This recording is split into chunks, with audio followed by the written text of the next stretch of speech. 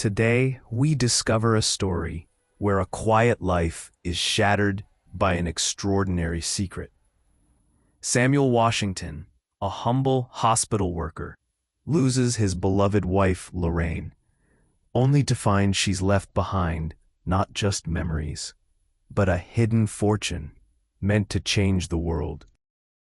Shock turns to courage as Samuel faces elite families, social prejudice, and the pressures surrounding his son's high-stakes wedding.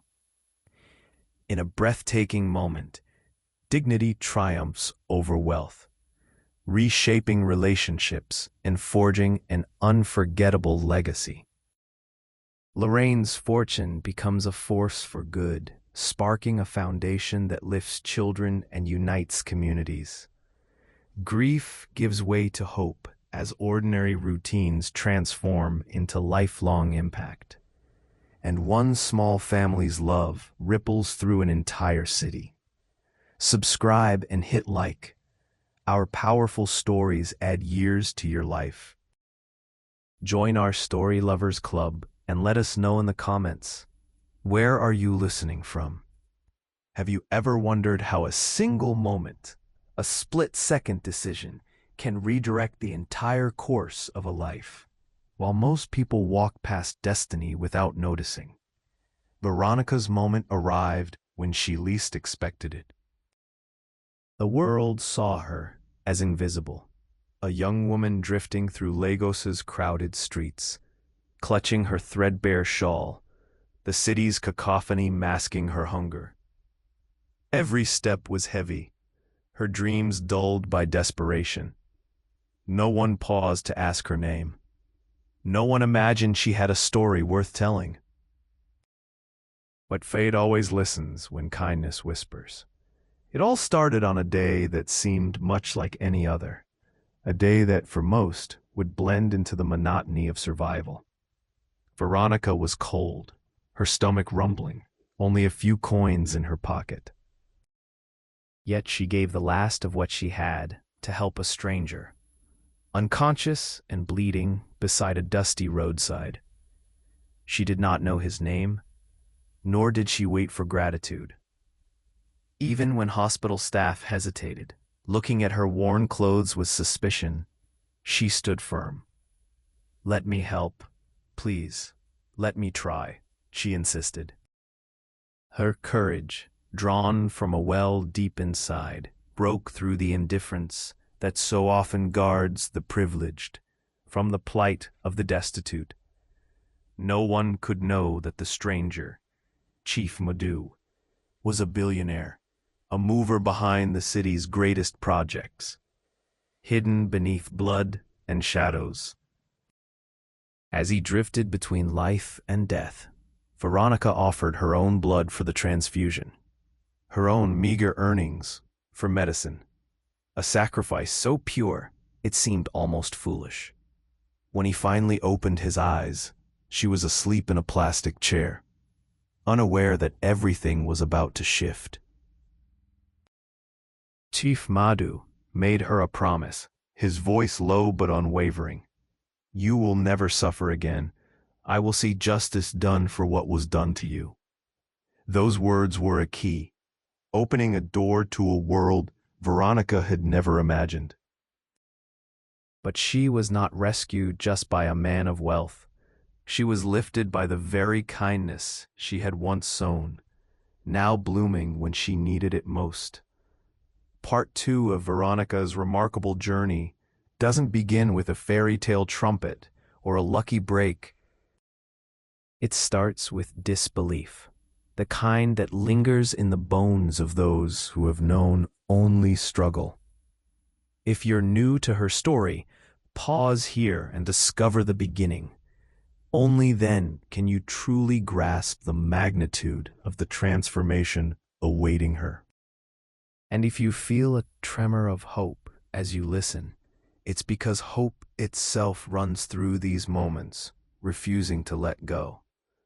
The morning after her rescue, Lagos seemed softer, a city painted gold by the rising sun, its chaos momentarily tamed by possibility. Veronica found herself seated in the back of a black Range Rover, her hands trembling on velvet upholstery. She wore a gown the color of dawn, carefully chosen by Isaac, Chief Madu's trusted assistant. Her hair, recently washed, was drawn back with care, a hint of coconut oil giving her skin a healthy sheen that had vanished during life on the streets.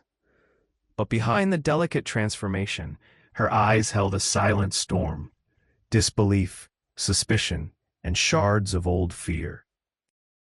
Chief Madu sat next to her, his own scars just healing, a reminder that pain could touch anyone, no matter how high their status. "Are you all right?"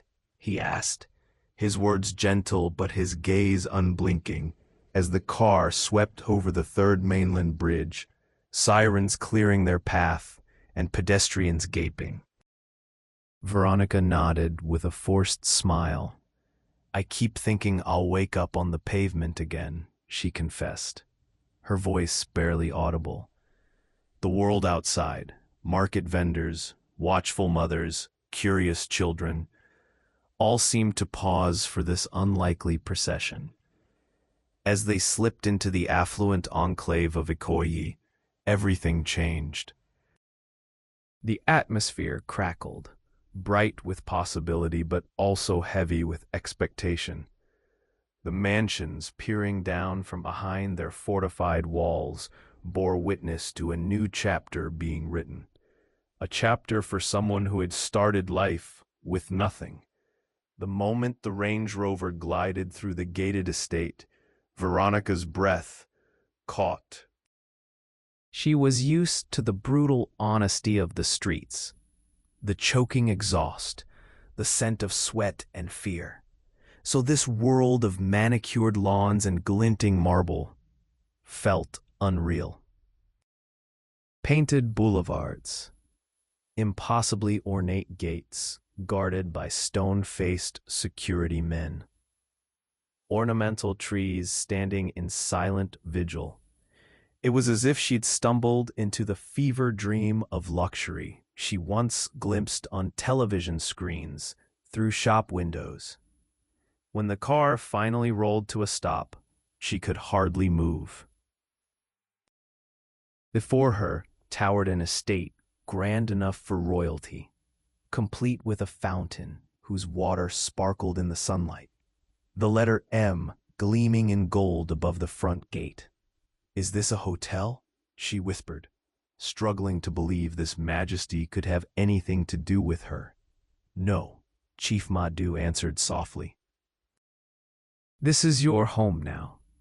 He helped her out of the car, every gesture deliberate, as if urging her to trust the miracle unfolding before her. The staff assembled in perfectly choreographed silence. Women in starched uniforms, a tall butler in a black suit. "Welcome, Madame Veronica," he intoned with a bow. Veronica flinched, looking around as if to locate the real recipient of the greeting. But there was no mistake. Her own name echoed back at her, an unfamiliar sound dressed in respect. He led her through glass doors into a space that seemed sculpted from dreams.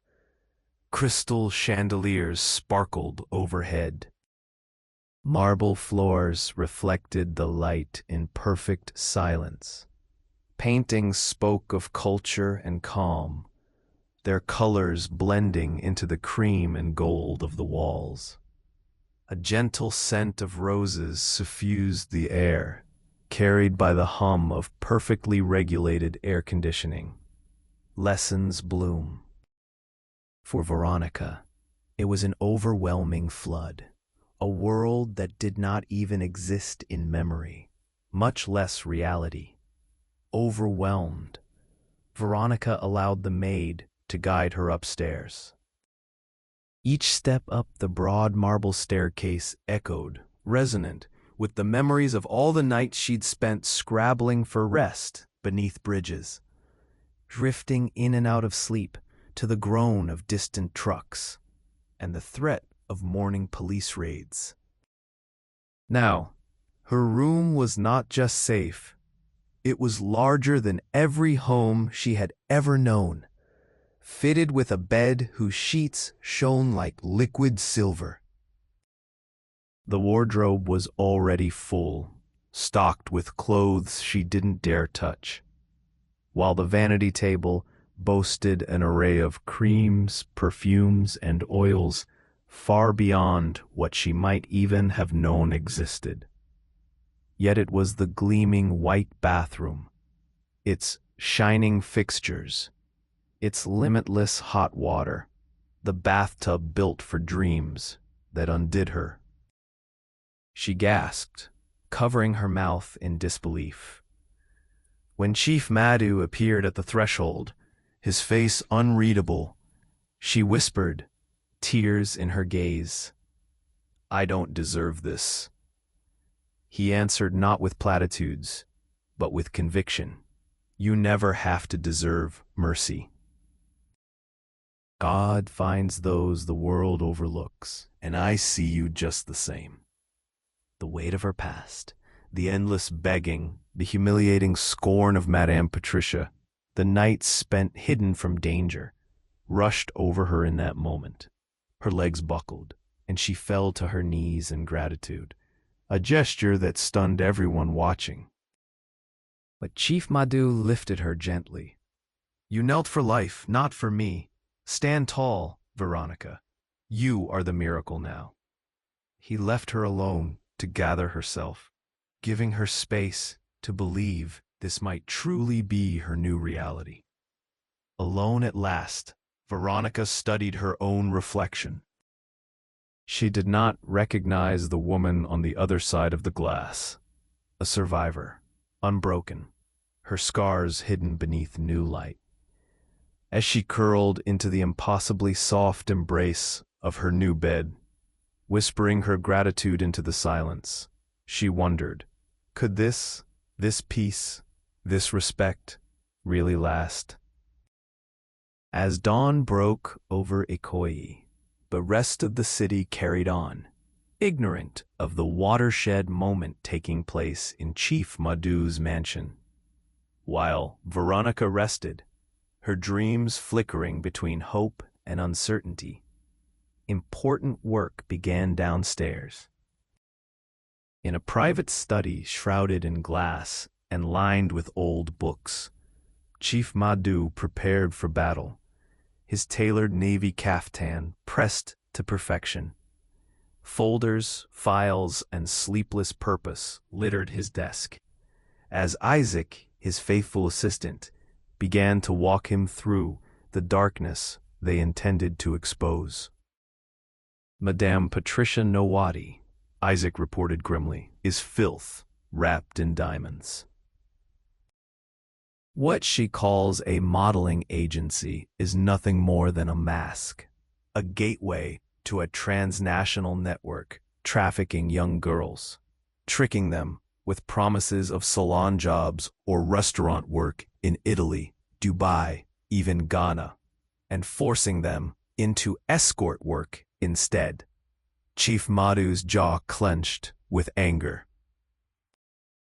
For years, Madame Patricia had operated with impunity, hiding behind a careful absence of fingerprints on any crime, using vulnerable girls to recruit others, and bribing lower-level police to ignore her growing empire. "We go higher," Chief Madu said, dialing for the commissioner himself. "Quiet, trustworthy. I'm about to give you a predator who's been selling our daughters like cattle." By afternoon, a skilled task force assembled, officers trained in the art of the sting, capable of blending into shadows and extracting the undeniable. Among them, Inspector B.C. Aluko stood out, her eyes sharp, her instincts honed by years of hunting the worst humanity had to offer. She missed nothing. She came in person to hear Veronica's truth. When introduced, B.C. regarded Veronica not with pity, but with a soldier's respect, That woman needs to be stopped, she declared. Together, alongside a hand-picked undercover officer, prepped to infiltrate Madame Patricia's den, they set out to build a case, not just for revenge, but for all the girls whose stories never made it to freedom. There's a kind of courage that blossoms only when past pain is no longer a threat, but a weapon. As Inspector B.C. Aluko began her interviews with Veronica, every word was measured, every scar noted with a silent precision that bordered on reverence. Veronica's memories, raw and unfiltered, tumbled forth under soft questioning. She told of the promises Madame Patricia made, shiny, seductive offers of overseas work, the lure of glamorous modeling contracts, tales spun like gold before being warped into chains. She spoke of girls transported in hidden vans, their passports seized, forced into darkness in strange apartments far from the gaze of the city. In these confessions, Veronica uncovered more than her own ordeal. She became the voice for those who never returned, whose names were only whispers among the frightened. For each memory, Inspector Aluko pressed further, tracking connections, compiling timelines, and mapping the twisted web of exploitation. Isaac, watching quietly, found his nights haunted by these testimonies. The cold, calculated machinery behind the trafficking network was coming into focus. The routes from villages to city, coded messages passed in market crowds, playlists of numbers and false names, now etched into evidence files. Chief Madhu, meanwhile, wielded influence like a scalpel, working with senior officers to secure court orders and protect witnesses. He was adamant that real justice could only come from uprooting Madame Patricia's empire, not from hush money or backroom deals. In the mansion's library, under frosted light, he whispered to Veronica, "Your truth isn't just yours anymore. It can set so many free." That night, as crows gathered on the eaves in the gray dawn, the first real hope began to swell, a gathering storm promising to wash Lagos clean.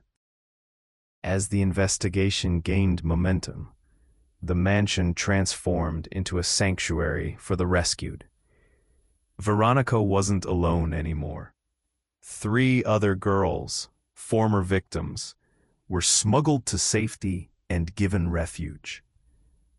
They arrived hollow-eyed, clutching borrowed bags, shades of Veronica's own arrival.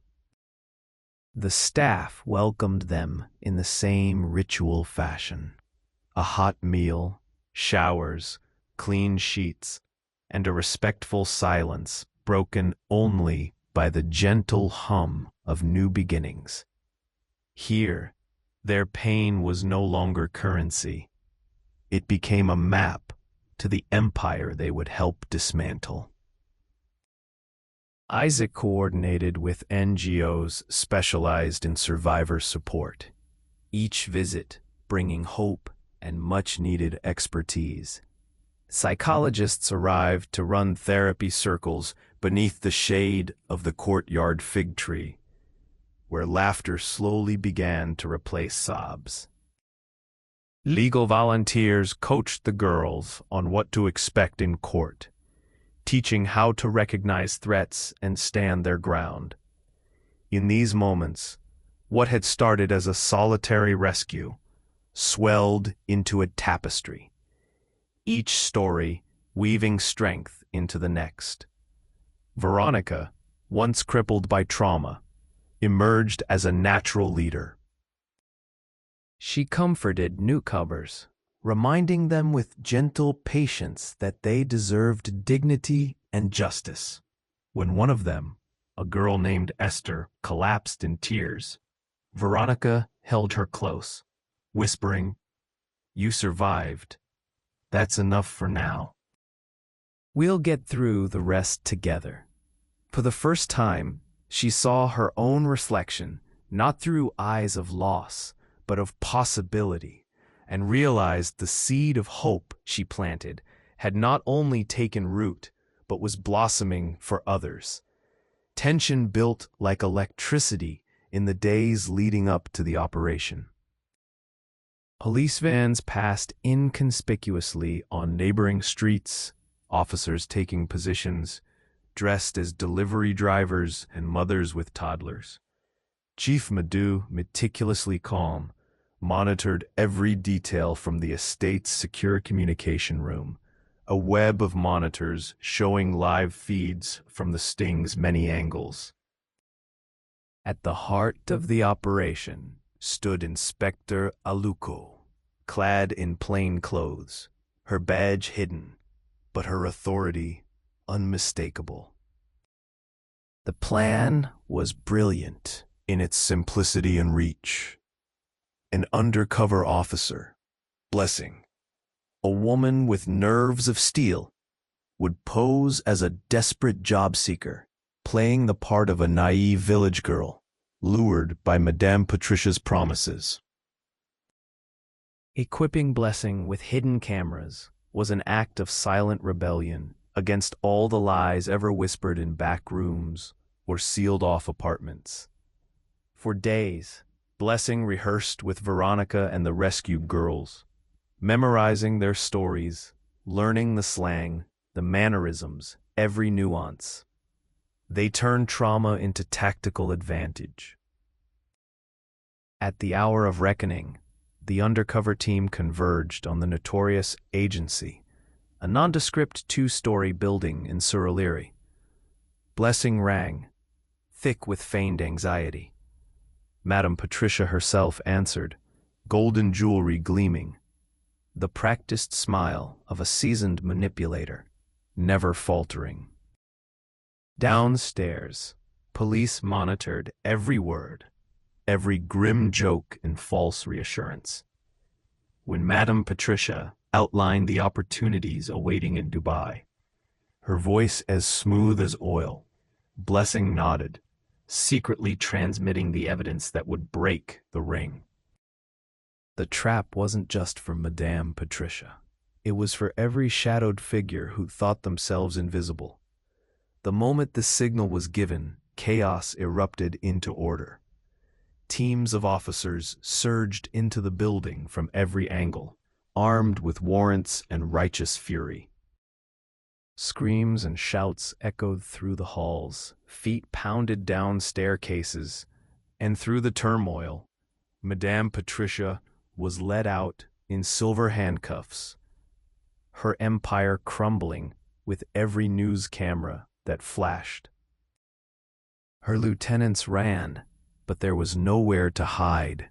Records, cash, uniforms, drugs, stacks of fraudulent documents were seized by disciplined hands. In the aftermath, rows of terrified girls were discovered behind locked doors, some clutching each other in fright, others staring numbly at freedom they had ceased to imagine.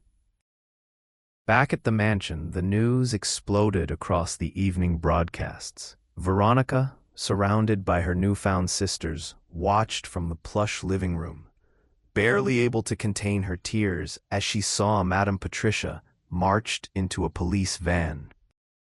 For years, their stories had been disbelieved or buried. Tonight, the world could no longer look away. Isaac uncorked a bottle of champagne, Chief Madu's treat, and poured glasses for everyone, toasting to courage, hope, and the end of an era ruled by fear. Yet, as the moon rose, Inspector Aluko reminded them that real justice is more than a single raid. It's a promise renewed every day. Protection for survivors, prosecution for offenders, and grit to rebuild. Veronica nodded, her gaze steady, softly declaring, "We've only just begun." The following days brought transformation deeper than Veronica thought possible. Lagos woke to headlines celebrating the rescue of more than 30 girls and the fall of one of its most notorious traffickers. Journalists camped outside the High Court, their cameras trained as Madame Patricia's lawyers spun inventiveness to the press. But the avalanche of evidence was overwhelming. Public prosecutors, emboldened by the publicity and Chief Madu's constant advocacy, pressed for the harshest possible charges: human trafficking, assault, and conspiracy. Inside the sanctuary of the mansion, life blossomed. Breakfasts became lively debates over future dreams and newfound ambitions. One girl revealed her passion for painting, splashing colors inspired by the wild garden outside. Another, who once feared her own voice, read poems aloud to the others. Laughter, the rarest currency of survival, became the soundtrack to every meal. Veronica embraced the role of mentor and advocate. She worked with Isaac and the NGOs to ensure every girl had identification, access to education or training, and secure housing. Together, they drafted letters to foreign embassies, tracked down family members, and pressed for legal reforms. For the first time, the phrase "you are safe now" was not just a promise, but a lived experience. Veronica knew scars would remain, but as the sun streamed through her new bedroom window, she believed, finally and fully, that healing was not only possible, but inevitable. The world outside the walls of the mansion was changing, too.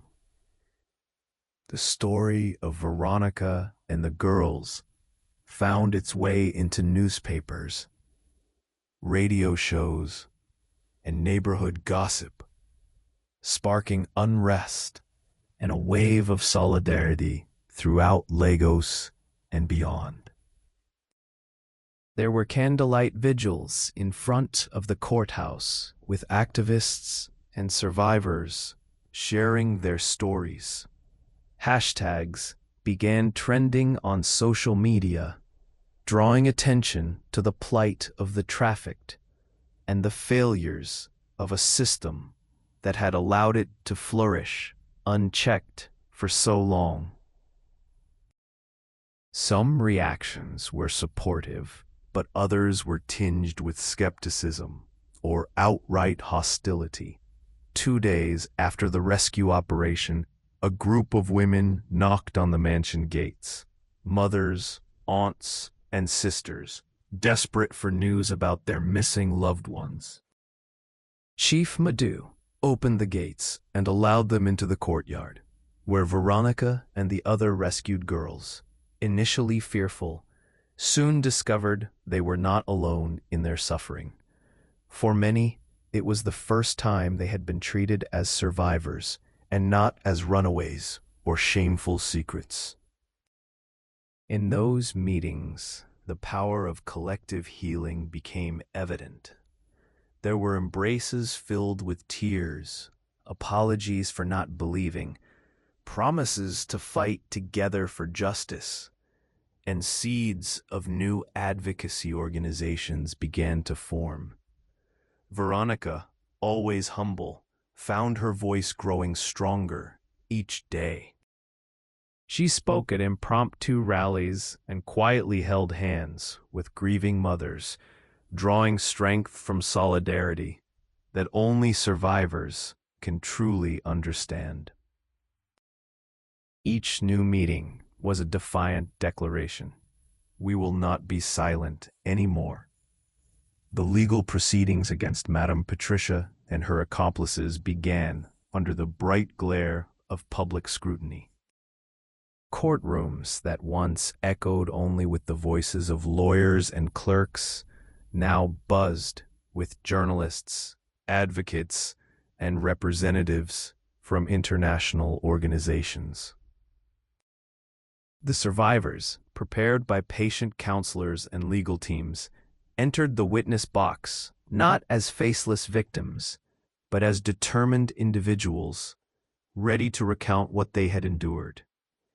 Veronica's testimony was particularly powerful. She told her story calmly, tears shining in her eyes, but her voice steady. The defense tried to cast doubt, insinuating ulterior motives or inferring that the girls had come willingly. But Veronica stood her ground. Her cross-examination became the touchstone for the entire case. She looked Madame Patricia in the eye and spoke of the night she had been promised a job and instead found herself betrayed, imprisoned, and brutalized. The psychological scars were plain to see, but so was the resilience that now defined every rescued girl. Testimonies from others echoed like a chorus through the courtroom. Similar stories of lies, cruelty, and the theft of childhood. The prosecution built its case with chilling precision, backing personal accounts with physical evidence, bank statements, and the footage captured by Blessing, the undercover officer. When the verdict was finally read, guilty on all charges, the crowd erupted in relief. But inside, for Veronica, the real victory was never about punishment.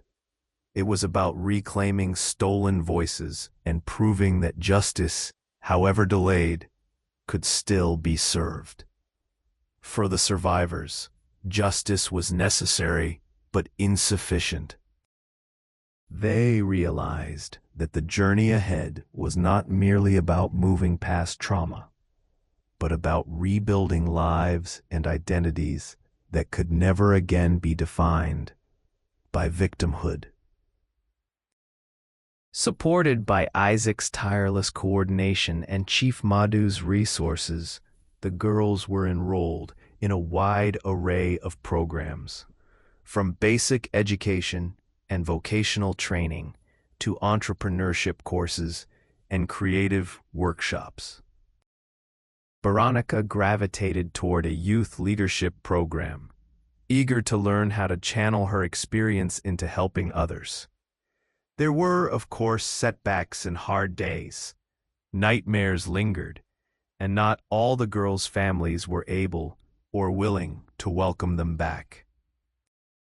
Some faced stigma in their home communities. Others struggled with anxiety and depression that no courtroom victory could magically erase.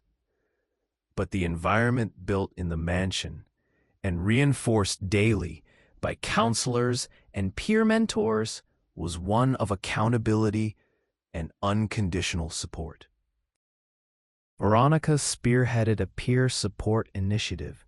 Drawing from her own healing, she led weekly encouragement circles, offering both practical advice and a listening ear. Each girl brought unique hopes. One dreamed of starting a catering business, another of becoming a social worker.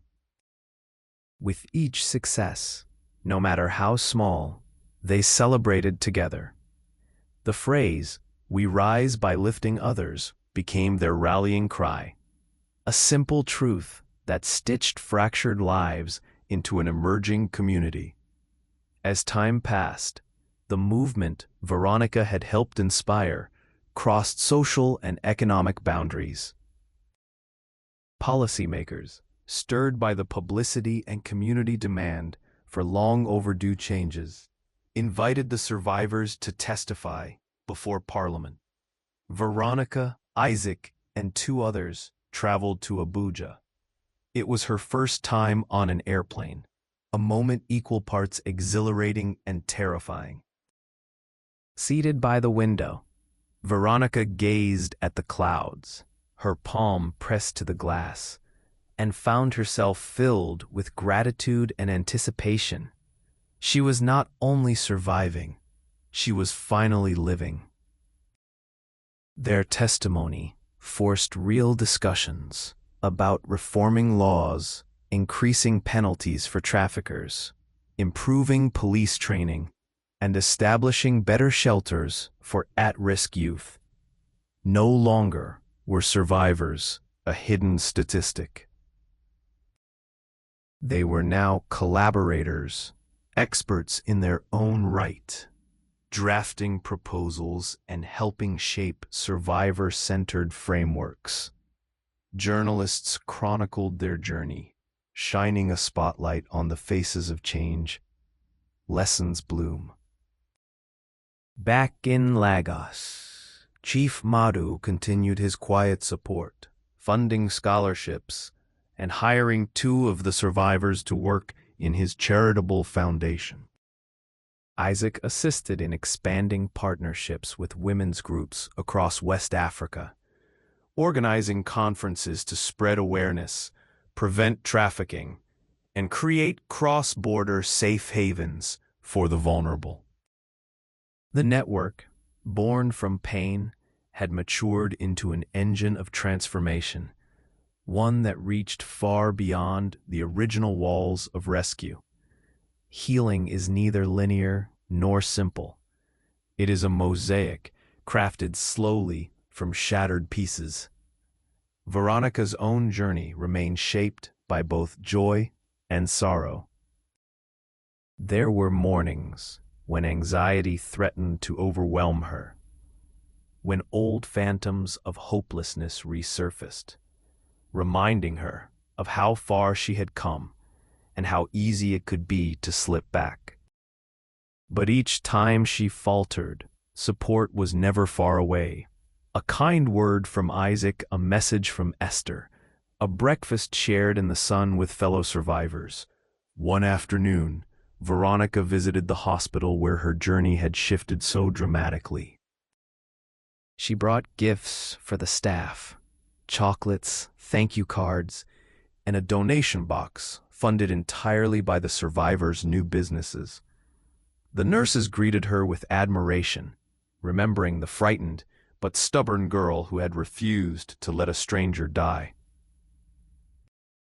In a quiet moment near the blood donation clinic, she met a new intake of volunteer donors, sharing her story and encouraging others to give as she once had. That evening, as she walked home through familiar neighborhoods, she noticed the way people now smiled at her in the market. Children greeted her, calling Auntie Veronica. Neighbors who once looked away now waved, their respect clear. She realized, perhaps for the first time, that her scars were not shameful. They were badges of survival, of compassion, of unbreakable will. She had found redemption, and in doing so, had become a symbol of hope for countless others who still waited for a chance to be seen. The momentum Veronica and her sisters created did not stop at their own healing, nor within Lagos alone. Stories traveled like wind, carried by news reports, community dramas, and church sermons. Veronica found herself invited into schools to speak to teenage girls about dreams, choices, and the warning signs of traffickers. Each visit ignited new ripples. The principal expanded school counseling. Local pastors organized safety workshops. Elders in remote villages found the courage to challenge silence out of respect for the brave Lagos women. International human rights groups reached out, not just to collect stories, but to sponsor new safe houses and to consult on survivor-led policy. Veronica, still humble and at times overwhelmed by attention, learned to navigate interviews, public speaking, even roundtable broadcasts on national radio. But she always returned to the truth. We were saved because someone cared.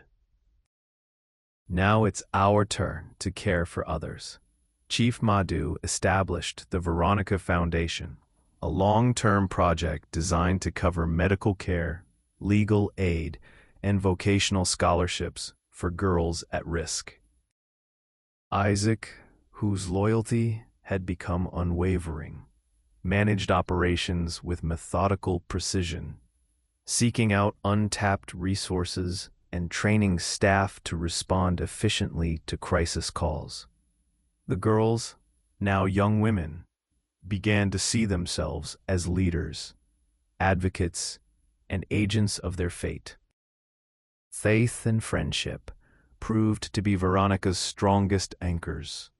Her relationship with Esther deepened, sharing secrets, healing, even learning to laugh at old fears over cups of tea. Esther, once silent and withdrawn, revealed a strong will and a clever sense of humor that helped ease dark memories. Lessons bloom. They started writing their stories together, planning workshops, and mentoring younger girls newly rescued from similar networks. The mansion evolved into a true haven, not just for those escaping the traffickers, but for those seeking advice, refuge, or simply a place to belong. Weddings were celebrated, babies were born, and every milestone became a reminder that life after trauma could be rich and joyful. On weekends, the girls volunteered in nearby clinics, painted community murals, and planted gardens and orphanages in slums. "This is how we reclaim our future," Veronica told a new arrival, "by giving what was denied us." Isaac, always observing quietly, shared with Veronica his own struggles and ambitions. He confided that before meeting her, he had felt powerless against corruption and cruelty. Her courage had ignited something new in him. Veronica smiled, knowing that true change rarely comes from heroes alone, but from ordinary people choosing, again and again, to stand together. Years had passed since Veronica's rescue, but each anniversary brought new moments of reflection and gratitude. On the third, Chief Madu organized a grand celebration in the mansion's courtyard. Survivors and their families, police officers who had worked the case, journalists, charity partners, and friends gathered beneath strings of lanterns. There were speeches about justice and hope, songs composed by the girls, and feasting until dawn. During the evening, Veronica was surprised by the arrival of two women, her aunts, from her father's village. They had long searched for her, mourning her presumed death, blaming themselves for letting poverty push her away. Their reunion was emotional, a mix of tears, laughter, and whispered prayers around an altar of thanksgiving. Old wounds were aired and then bound by forgiveness. Veronica, who had feared she would never again belong to her roots, felt her family woven back into her new life. The reunion extended beyond blood. Madame Patricia, from prison, wrote a letter begging forgiveness, not a cheap plea for release, but genuine remorse, acknowledging the horror she had inflicted and the cost. Veronica read it carefully, then sent back a message of mercy. "What you did cannot be undone. But I hope you find the strength to choose kindness, if life ever gives you another chance." In her heart, she understood that forgiveness does not erase the past, but it can free the future. Veronica soon found herself called to even greater challenges. Her reputation as an effective survivor advocate led to an invitation to join a Pan-African task force against trafficking. She traveled to Ghana and Kenya, listening to stories that echoed her own. The complexity of the problem was clear: economic misery, failed institutions, greedy middlemen. But so was the possibility embedded in every survivor's voice. In Accra, Veronica helped build survivor coalitions. In Nairobi, she drafted practical guides for safe migration. She reminded every group that dignity must be woven into every policy, and that trust is earned through listening, not preaching. Her impact spread. Policy reform in one city, recruitment of safe transportation in another. The movement she'd started was now international, carried by compassion and resilience. Back at home, the Veronica Foundation hosted exchange programs. Girls traded stories and skills, learning Swahili songs, braiding new styles into hair, making joint plans to prevent exploitation in their own countries. The story had begun as one girl's rescue, but now belonged to thousands. Shared ownership, collective healing, communal victories. In the quiet hours before dawn, years after that fateful day, Veronica often woke with a sense of peace she'd never known. Her life was no longer defined by trauma, but by the strength to grow, lead, and love. The mansion was still her home, but she spent much of her time traveling, mentoring, and building systems that would outlast her own lifetime. Chief Madu, aged but not diminished, became not just her benefactor, but a beloved father figure. Isaac, now married to one of the survivors, ran the foundation with unmatched commitment. Their children played in the gardens, laughter echoing against marble and memory. Esther opened her own counseling center, using art therapy to bring healing to those still lost. Veronica's story was published, inspiring a new generation to stand against injustice. Statues in public parks honored survivor leaders, and scholarship funds bore her name. But her greatest joy remained simple. Sitting beneath the fig tree, hands laced with those who had endured, eyes full of gratitude. She had become proof that destiny, shaped by compassion and courage, could rewrite the story of an entire community.